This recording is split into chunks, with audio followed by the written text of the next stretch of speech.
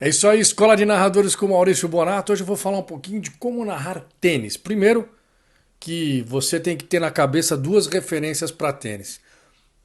Um narrador que já se foi, o Rui Viotti. Você pode achar jogos dele antigos aí na antiga Rede Manchete. Ele que narrou o Guga em Roland Garros, o tricampeonato do Guga e tudo mais. E hoje você tem no Sport TV o Eusébio Rezende, né? Que para mim é o melhor narrador de tênis. Aliás, ele é um ótimo narrador, narra tudo bem, mas no tênis realmente ele sobressaiu. É um cara que é top de linha. Então, ele é a referência, a minha referência para narrar tênis é o Eusébio Rezende do Sport TV. Então, o que acontece?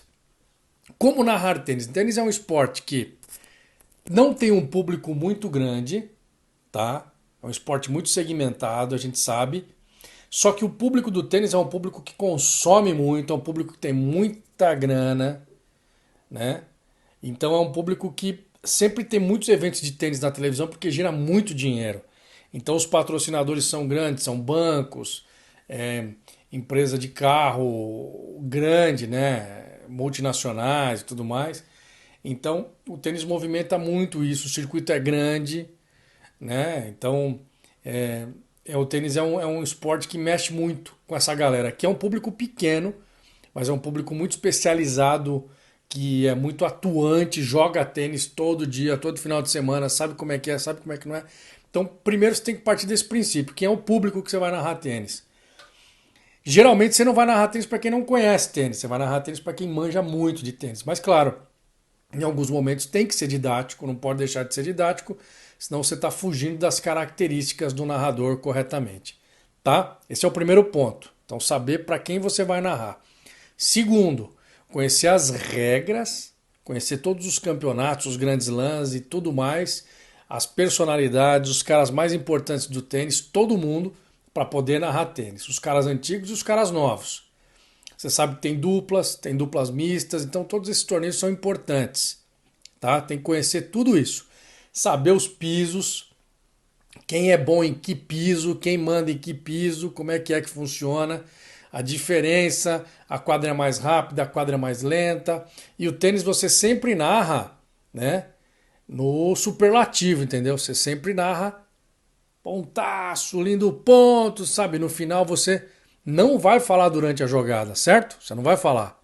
Você não pode falar durante a jogada, esquece isso. Então, às vezes a pessoa vem do rádio, o narrador vem do rádio, né? Meus colegas vêm para a televisão, quer narrar. Não é, tênis não é isso, tênis é outra coisa, tem outro ritmo, não é para falar durante o ponto sendo jogado, tem que escutar o barulho, prestar atenção no árbitro, que geralmente fala inglês. Ele fala sempre os pontos em inglês, as orientações também em inglês. Ele fala na língua, né, do país que está acontecendo o torneio, depois em inglês. Então sempre tem que fazer isso, pensar sobre isso. A pontuação, a contagem, os sets e tudo mais, tie breaks, saber tudo direitinho, tá? E o importante, claro, como eu estou falando, não falar em cima da jogada. Só que você narra, né, naquele final de ponto, aí tem que saber o nome dos golpes, foi um winner, que é o ponto vencedor, tudo mais. Então tem que entender exatamente como funciona, entender sobre o desafio que é o Hawkeye, né? Que acontece ali, por que funciona, quantas vezes o cara pode chamar, como que não pode.